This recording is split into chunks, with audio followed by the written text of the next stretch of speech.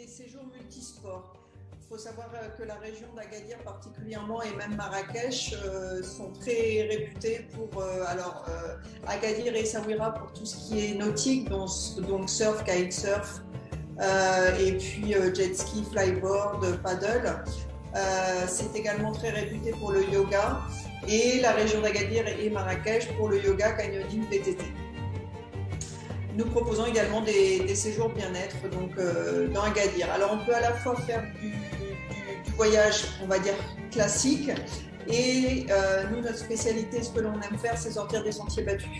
Donc on va plutôt faire du hors sentier battu avec évidemment une grande partie de rencontres avec les autochtones, découvrir l'histoire, le patrimoine, rencontrer les habitants. C'est vraiment ce qui nous tient à cœur depuis 2009.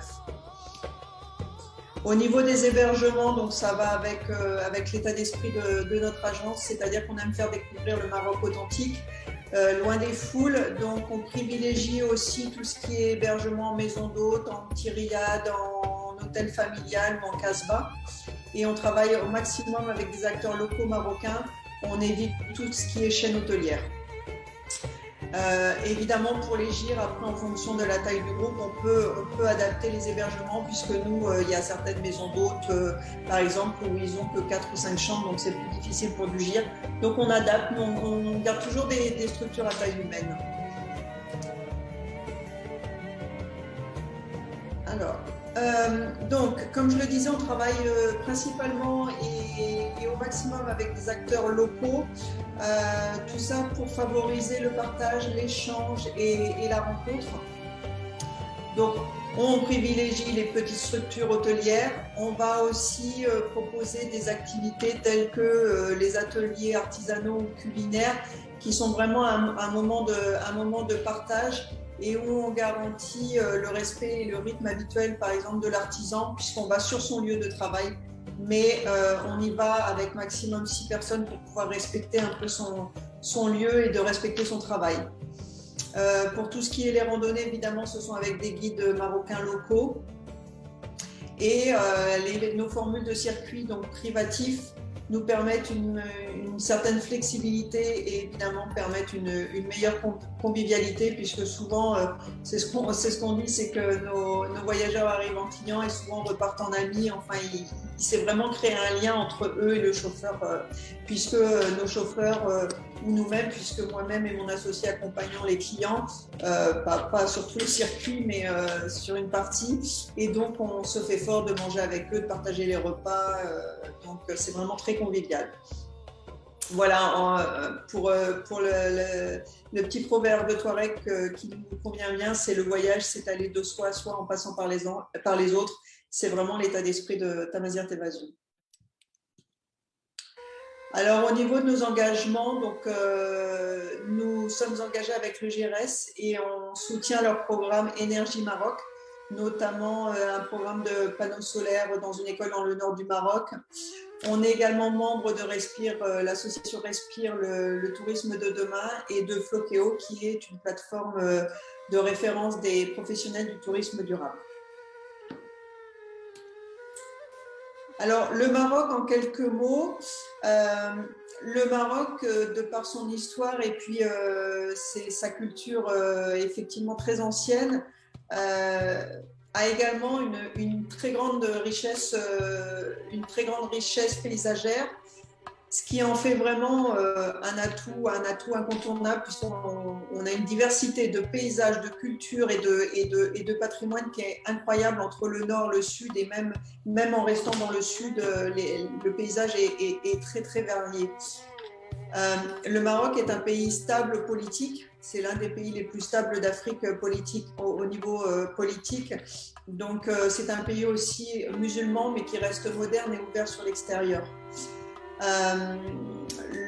Le pays a un énorme savoir-faire artisanal, donc on a notamment à Marrakech ou dans d'autres villes comme Fès, comme Rabat, comme Agadir, on a des artisans qui font à la fois qui travaillent la terre, qui travaillent la vannerie, l'orfèvrerie, les mosaïques, les sculptures sur bois, enfin c'est très très varié.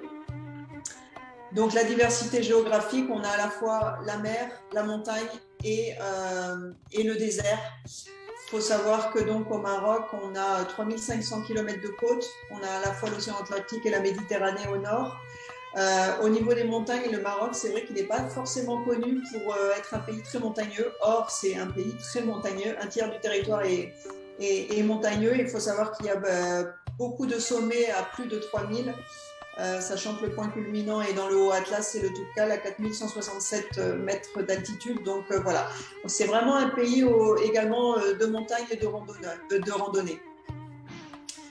Au niveau du climat, donc le climat est très varié en fonction et des saisons et des régions, donc ce qui fait qu'on peut venir au Maroc toute l'année.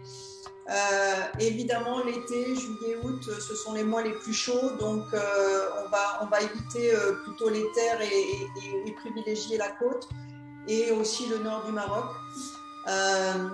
Et après l'hiver, il peut faire froid, mais encore une fois, ça dépend des régions. En tout cas, il y a une luminosité incroyable en hiver. Donc, c'est vrai que c'est assez intéressant de venir entre décembre et mars. C'est quand même intéressant de venir, même si les températures diurnes sont fraîches. Mais ça reste très intéressant au niveau de la luminosité. Évidemment, le Maroc est reconnu pour sa gastronomie. Hein. On a les tagines, on a le couscous, mais pas que. Il y a des plats beaucoup moins connus qui sont très, très intéressants, comme le céphale, medfouna. Voilà, ce sont des spécialités culinaires en fonction des régions. Et c'est très épicé. Alors, pas forcément pimenté, mais épicé. Le Maroc est également riche au niveau de son patrimoine historique. Donc, on a évidemment les villes impériales, Fès, Meknès, Rabat, Marrakech. Mais on a aussi, là je vais peut-être faire plus un focus sur le sud, on a tout ce qui est Casbah et les Ksour, les Ksar, les villages fortifiés. Un patrimoine qui est moins connu, mais qui vaut vraiment le coup d'être visité, ce sont les greniers collectifs. Les greniers fortifiés, donc notamment l'Anti-Atlas, là où se trouve Agadir, est une région où on peut trouver beaucoup de greniers fortifiés. Et évidemment, on a des sites classés au patrimoine mondial de l'UNESCO, tels que Aït Ben Haddou, par exemple, à côté de Ouarzazate. Au niveau de l'offre des hébergements, on a quand même une offre d'hébergement complète et variée. On a donc de l'hôtel le plus luxueux à la maison d'hôte la plus simple ou au gîte. Donc vraiment, il y en a pour tous les goûts et pour tous les budgets. Ça, il n'y a aucun problème. Alors effectivement, en fonction des étapes et des endroits, on ne va pas forcément trouver une offre très variée. Mais bon, on s'adapte en fonction, nous on s'adapte en fonction du budget des clients, mais également de leur désirata au niveau du confort. Donc on pourra privilégier certaines étapes plutôt que d'autres en fonction de leurs souhaits. Alors Agadir, je vais vous parler un petit peu d'Agadir. Pourquoi? Parce que quand on parle du Maroc, on parle surtout de Marrakech. Et Agadir est connu juste en étant une station balnéaire. Or, Agadir, c'est beaucoup plus qu'une station balnéaire. Donc Agadir, l'avantage d'Agadir, c'est qu'on a 300 jours d'ensoleillement par an. Il ne fait jamais très chaud, jamais très froid. C'est un climat tempéré. Il y a quand même une offre hôtelière de bonne qualité. On a des activités évidemment nautiques et terrestres puisque Agadir est une baie et on est entouré de montagnes. Donc on peut faire des sports nautiques le matin et l'après-midi aller faire une randonnée en montagne. Donc voilà, Agadir, c'est pas que la mer, c'est pas que la plage, c'est aussi la proximité de la montagne avec des belles balades et puis la possibilité de se baigner dans les gueltas. Les gueltas, ce sont des piscines naturelles formées par les rivières. C'est une région qui est riche au niveau de son patrimoine et notamment des greniers collectifs dont je vous parlais tout à l'heure. On a également le rucher d'Inzerki qui est pas très loin d'Agadir, qui est un des plus grands ruchers du monde, qui est là à 1h30 d'Agadir. Et également, la région est connue pour être la réserve de biosphère de l'Arganré qui est classée au patrimoine de l'UNESCO. Donc, entre Essaouira, Agadir, Taroudant et un peu plus au sud Tiznit, Voilà, toute cette région-là, c'est vraiment la région où on va retrouver les arganiers, qu'on appelle aussi l'arbre à chèvre, comme vous pouvez le voir sur la photo, et d'où est extrait la fameuse huile d'argan qu'on retrouve en Europe. Vous la trouvez principalement en huile cosmétique, sachant qu'elle existe aussi en huile alimentaire, puisque les amandes sont torréfiées, elle a un petit goût de noisette. Donc voilà, c'est une huile très très bonne. Alors, au niveau de la région Souss Massa, c'est la région où est située Agadir. Je voulais parler un petit peu du tourisme rural et du tourisme durable, puisque c'est vraiment quelque chose qui nous tient à cœur depuis bientôt 13 ans. La région s'est engagée dans un développement du tourisme rural en impliquant les populations locales. Et on voit énormément de séjours surf, kitesurf, yoga se développer depuis quelques années, bien avant le Covid, sur Agadir, mais également toute la côte. Alors pour ceux qui connaissent un peu Tarazout, qui est à quelques kilomètres d'Agadir seulement, et Essaouira, donc c'est vraiment Tarazout, la Mecque, on va dire, du surf, avec le kitesurf d'Arla beaucoup plus au sud. Mais qui ne fait pas partie de la région de Souss Massa. Donc, avec la valorisation de ces richesses naturelles, comme je le disais, on est entre la mer et la montagne, et culturelle, ses traditions, ses artisans, sa gastronomie et son patrimoine historique. Et une forte implication de la population locale, la région Souss Massa a vraiment tous les atouts pour se positionner durablement sur un marché qui est encore de niche mais qui tend vraiment à se développer, qui est le tourisme durable et le voyage expérientiel et en pleine nature. C'est vraiment ce que recherchent les touristes aujourd'hui, les voyageurs.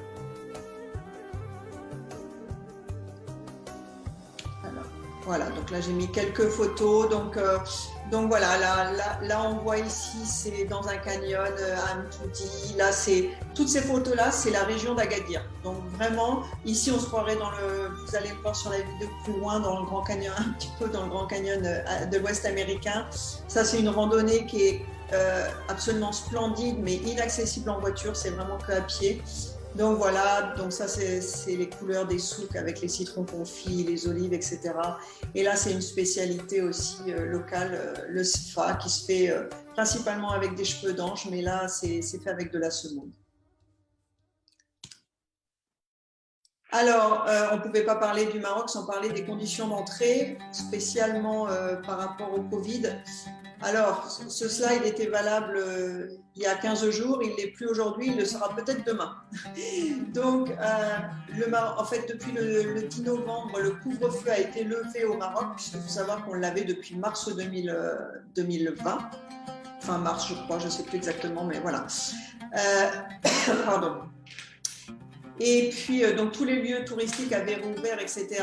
Et au 18 novembre, il y a eu un renforcement des contrôles, notamment avec la France. Donc, ce que j'ai mis ici, c'est ce qui était valable au 18 novembre, sauf qu'à partir du 26, il y a eu la fermeture des frontières. D'abord avec la France et après avec le reste du monde, suite au nouveau variant. Alors, il faut savoir que vous avez peut-être vu là aujourd'hui sur les réseaux sociaux, le gouvernement se réunit demain. Donc, il va y avoir la levée des restrictions, il va y avoir la réouverture des frontières. Ça a été acté, mais on attend de savoir pour quel pays, parce qu'a priori, en fonction de la situation épidémiologique des pays, certains vont peut-être rester fermés. Alors, on croise les doigts pour la France, on en saura un peu plus demain. Et pour ce qui est des conditions d'entrée, moi je vous propose de vous dire ce qui était valable avant cette fermeture. Il est fort probable qu'ils répercutent ça à partir de demain s'ils rouvrent les frontières, parce que s'ils les rouvrent, ce sera à partir de vendredi là, cette semaine, donc dans 48 heures.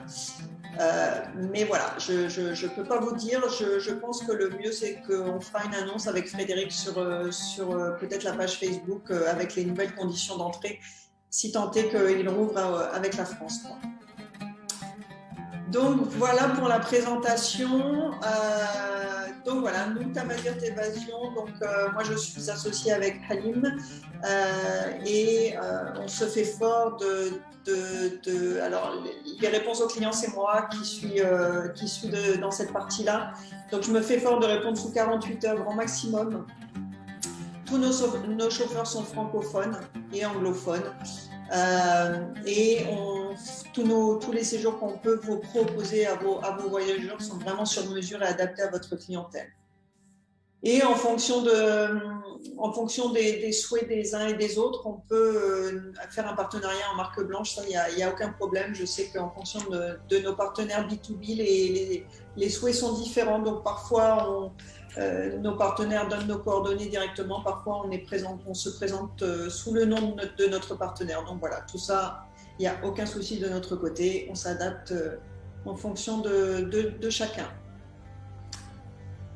Voilà, j'en ai fini sur cette présentation assez brève de ce que l'on fait. J'espère que voilà, je suis à votre disposition s'il y a des questions peut-être avant de passer la vidéo. J'ai prévu une petite vidéo qui est un petit peu qui est un mixte de vidéos et de photos que l'on a fait durant nos voyages et qui vont vous donner une visibilité de certaines régions que peut-être vous ne connaissez pas du Maroc. Bah, écoute, j'espère que vous m'entendez. A priori, Christelle, moi, j'ai pas de questions particulières de mon côté, ni dans les commentaires, je n'en vois pas. Donc, ce que je te propose, c'est de lancer la vidéo si tu veux la commenter en live. D'accord. Alors. Donc, il faudrait juste que tu départages ton écran. Voilà. Voilà, alors m'en voulez pas parce que je vais faire une petite manipulation. Voilà, donc m'en voulez pas parce que je vais faire une petite manipulation à haut risque. Il est possible que je me loupe, donc voilà, je vais essayer de vous lancer la vidéo. Vous me direz si tout fonctionne bien. Alors...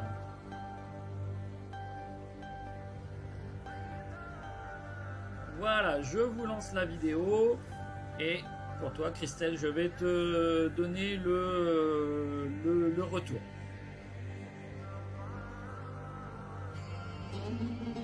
Si tu veux commenter en live, vas-y, il n'y a pas de souci. D'accord, ok. Donc, il y a peut-être un décalage avec ce que je vois en fait. C'est possible. Alors là, les images que vous allez voir, voilà, c'est au sud d'Agadir. On est à seulement 3 heures de route d'Agadir. Donc le dépaysement est total.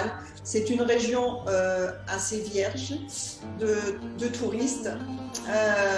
Ici, vous êtes sûr, on ne croise pas de bus de touristes. C'est vraiment absolument, sans jouer la chauvine, mais c'est vraiment magnifique. C'est vraiment une région qui mérite d'être connue. Voilà, on a ce genre de paysage et là c'est en période sèche, hein, mais il peut y avoir de l'eau, donc on a des canyons absolument dingues. Là voilà, ce sont les dragonniers, c'est un arbre endémique que l'on peut voir uniquement dans cette région. Cette région est à la fois sèche et après les pluies, vous ne reconnaissez pas, c'est vert, c'est fleuri, on voit les amandiers en fleurs. Moi je trouve que ça va très très vite là, je ne sais pas si c'est moi qui suis en décalage ou pas. Vous m'entendez? Ah d'accord, parce que je trouvais que ça allait très très vite, donc je ne sais pas où j'en suis. Parce qu'on a vu les amandiers en fleurs, donc voilà, moi quand je vous disais qu'il y a des saisons qui sont très intéressantes à venir, mais par exemple la région de l'anti-atlas Tafraout et Taléouine, etc. C'est bien d'y venir en janvier-février, les amandiers sont en fleurs, c'est absolument sublime. Là, on voit un grenier de falaises. Ce sont les greniers collectifs dont je vous parlais tout à l'heure. Après, ici, c'est plus à l'est de Ouarzazate, les Ksar, donc les villages fortifiés tout en terre. C'est vraiment le patrimoine historique. Là, pour ceux qui connaissent, c'est Ibn Haddou, c'est beaucoup plus connu, classé au patrimoine mondial de l'UNESCO.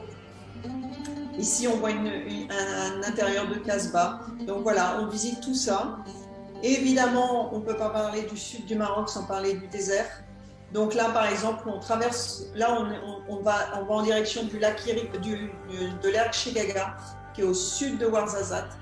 Donc ici, pas de route goudronnée, on traverse un lac qui a été asséché suite à la construction du barrage de Ouarzazate dans les années 70. Et on traverse donc à la fois un reg, qui est un désert de cailloux, et l'Erg, ce désert de sable, pour arriver aux grandes dunes de Chegaga, qui est quand même un erg qui fait 45 km de long. Les plus hautes dunes avoisinent les 300 mètres de hauteur.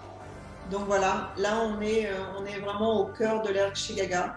On a un bivouac standard, on va dire, qui est déjà très confortable. Et on a à côté un bivouac luxe pour les personnes qui le souhaitent, avec moins de tentes, la salle de bain à l'intérieur. Voilà, un service un peu plus privatisé. À Chegaga, qu'est-ce qu'on peut faire? On peut faire du dromadaire, bien sûr. On peut faire du surf sand. Donc, ce sont des surfs, on met à disposition un surf et les gens peuvent monter sur les dunes et s'amuser à descendre en surf. Bon, il n'y a pas les remontées mécaniques, donc la dune, on la monte 2 fois, 3 fois, mais après, c'est très fatigant. Voilà, là, on le voit, le surf. Et évidemment, pour les amateurs de sport à moteur, il y a quoi des buts. Donc, le désert, c'est aussi propice pour faire des retraites de yoga. Si vous avez des demandes, je sais qu'on fait des retraites de yoga également dans le désert. Le désert est très prisé pour le réveillon de fin d'année. Donc ça c'est un des bivouacs luxe avec lequel on travaille. Voilà. Vous allez voir l'intérieur de la tente. Je crois que c'est en décalage par rapport à ce que je vois en fait. Là c'était au Nouvel An en fait, hein, un groupe de musique qui font venir pour le Nouvel An. Là vous venez de voir les Retaras, ce sont les systèmes d'irrigation millénaires qu'on peut voir dans la région d'Erfoud. Là on est dans la vallée du Dra. Voilà, qui descend entre Ouarzazate et Mhamid.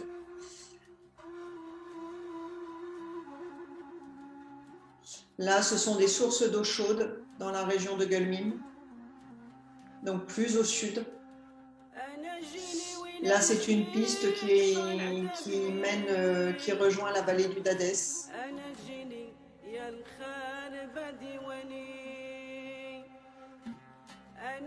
Donc là, on est plus en montagne. Là, ce sont les gorges de Tislit, dans la région de Taléouine. Donc Taléouine, c'est à 2h30 d'Agadir, à l'est d'Agadir, en direction de Ouarzazate. Et voilà nos fameux gueltas, donc ces piscines où on se baigne après une belle balade. C'est tellement agréable, tellement agréable. Voilà, ça c'est vraiment le Maroc authentique, rural qu'on aime faire découvrir et qui est beaucoup moins connu que certaines régions. On ne pouvait pas parler du Maroc sans nos artisans, notamment là ce sont les potiers de Tamgrout. Tamgrout, c'est la poterie verte, je ne sais pas si vous connaissez, qui est à côté d'Ouarzazate, sur la route en menant au désert. Donc on s'arrête et nos clients voient les potiers faire et ils peuvent même participer. Souvent les enfants, ils aiment bien se mettre avec Saïd ou un de nos autres guides pour faire une petite poterie. Et voilà quelques photos en fait, un mix de photos vous illustrant le Maroc. Alors là, j'ai vraiment fait un focus sur le sud marocain, parce que vraiment, si on veut parler du Maroc dans sa globalité, ça demanderait énormément de temps. Faut savoir que là, on parle vraiment du sud, mais après, au nord de Marrakech, vous avez des régions absolument fabuleuses, telles que la région d'Aïd Boumez, par exemple, où il y a des randonnées à faire, il y a du canyoning à faire. Vous avez évidemment après vous avez tout le nord avec les villes impériales, mais vous avez aussi Chefchaouen, vous avez Assila qui est un peu moins connu sur la côte. Voilà, il y a de quoi faire au Maroc, c'est très varié et il y a de quoi contenter tout le monde.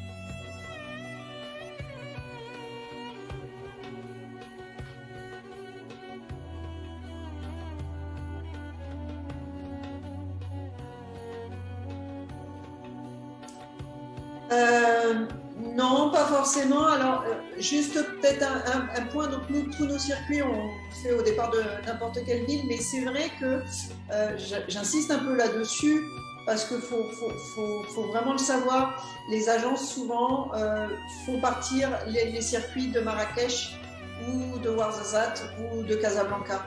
Il faut savoir que Agadir est vraiment aussi un point de départ idéal pour les circuits en 4x4 voilà, pour aller dans une étape pour une randonnée ou même faire du canyoning. Moi, là, récemment, je viens de mettre en place un séjour canyoning qui est à 3h30 d'Agadir, au sud d'Agadir, où les gens vont pouvoir faire du canyoning, du VTT et de la randonnée. Euh, donc voilà, Agadir est vraiment... alors, la desserte aérienne n'est pas aussi développée pour le moment que Marrakech, mais ça va vraiment s'améliorer dans les mois à venir, a priori avec le plan de développement que l'on a de la ville. Mais voilà, il faut savoir que si vous avez des voyageurs qui veulent, mais même faire le désert, parce que finalement le désert, même en hiver, parfois, on peut conseiller, s'il y a les vols, d'arriver sur Agadir. Pourquoi? Parce qu'entre Marrakech et Ouarzazate, si on veut redescendre sur le désert, en hiver, on peut éventuellement être bloqué au Tishka, qui est la montagne entre Marrakech et Ouarzazate. On peut être bloqué quelques heures et ça peut vraiment perturber le programme puisqu'il va falloir faire un grand détour et que voilà, la journée est perdue. Alors qu'en arrivant sur Agadir, il n'y a aucun problème d'être bloqué, on ne traverse pas de montagne enneigée ni quoi que ce soit, même en plein hiver. Donc voilà, il faut vraiment garder en tête que Agadir peut vraiment être une bonne alternative pour démarrer un circuit. Voilà, c'est intéressant de le savoir. Ok, bon bah écoute, on te remercie en attendant, Christelle. Bon, je suis encore désolé a priori pour les problèmes de synchro et les problèmes de son qu'il y a pu y avoir. Hein. C'était notre deuxième, donc on va s'améliorer au fur et à mesure. Et puis bon, on aura peut-être l'occasion de refaire un petit live avec Christelle d'ici quelques temps. Et puis j'espère aussi qu'on va pouvoir vous proposer avec Christelle quelques opérations, on va dire pour l'instant. Donc ouais, oui, je voulais peut-être en dire 2-3 mots. C'est qu'effectivement, oui, bon, j'envisageais de proposer un éduc tour là, avant la fin de l'année et bon, avec tout ce qui s'est passé, ça n'a pas pu se faire. En revanche, je garde ça en tête et j'espère pouvoir le mettre en place peut-être au mois de mars. Voilà, donc on va voir comment la situation va évoluer. Il faut que j'en reparle avec mes prestataires aussi parce que c'est quand même pas évident là. Cette énième fermeture au mois de novembre a vraiment remis la tête sous l'eau à beaucoup. Donc ça a créé pas mal de perturbations et de problèmes. Donc voilà, il faut que je remotive un peu tout le monde, qu'on se remotive. Et en tout cas voilà, j'ai toujours ça en tête et j'espère pouvoir vous proposer quelque chose pour le mois de mars 2022. d'accord. Bon bah écoute, très bien. Bah, merci encore à toi. Et puis bah, on va tous vous laisser. Voilà, merci. Et puis je vous ferai signe pour le prochain live hein, sur le groupe. En attendant, vous pouvez aller voir les derniers tarifs AGV que je vous ai postés sur Air Tahiti Nui et Air Sri Lankan, enfin Sri Lankan Airlines plutôt. Voilà. Donc et puis n'hésitez pas à m'envoyer vos questions. Et puis Christelle, si tu peux laisser sur le post de la vidéo sur le groupe l'ensemble de tes coordonnées et puis peut-être poster aussi la présentation PowerPoint que tu nous as présentée parce que a priori on nous l'a demandé. Voilà. Pas de souci. Et ce que je ferai, c'est que demain, on attend là parce qu'il y a eu des annonces, mais par expérience, on va attendre que le gouvernement se réunissent demain et pour être sûr de ce qu'ils vont annoncer parce qu'on sait qu'il va y avoir la réouverture des frontières, mais est-ce qu'il va y avoir la France? Ça, je ne peux pas le dire aujourd'hui. Donc demain, dès que j'en sais plus, surtout s'il y a réouverture avec la France, quelles sont les conditions d'entrée. Donc dès qu'on en sait plus, je te donnerai les infos ou je pourrai les publier sur la page pour que tout le monde soit informé. D'accord, bon, on fait comme ça. Bon, bah écoute, merci beaucoup à toi et puis je vous souhaite à tous une bonne soirée. À bientôt. Merci, bonne soirée à tous. Bye bye.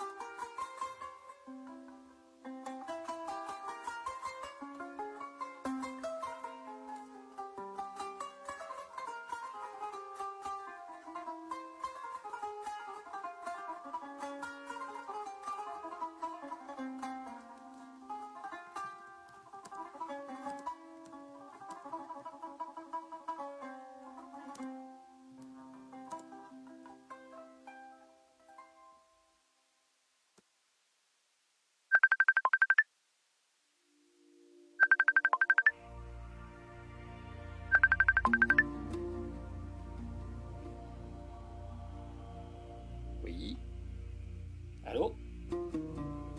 Oui, attends, je te demande 30 secondes, s'il te plaît.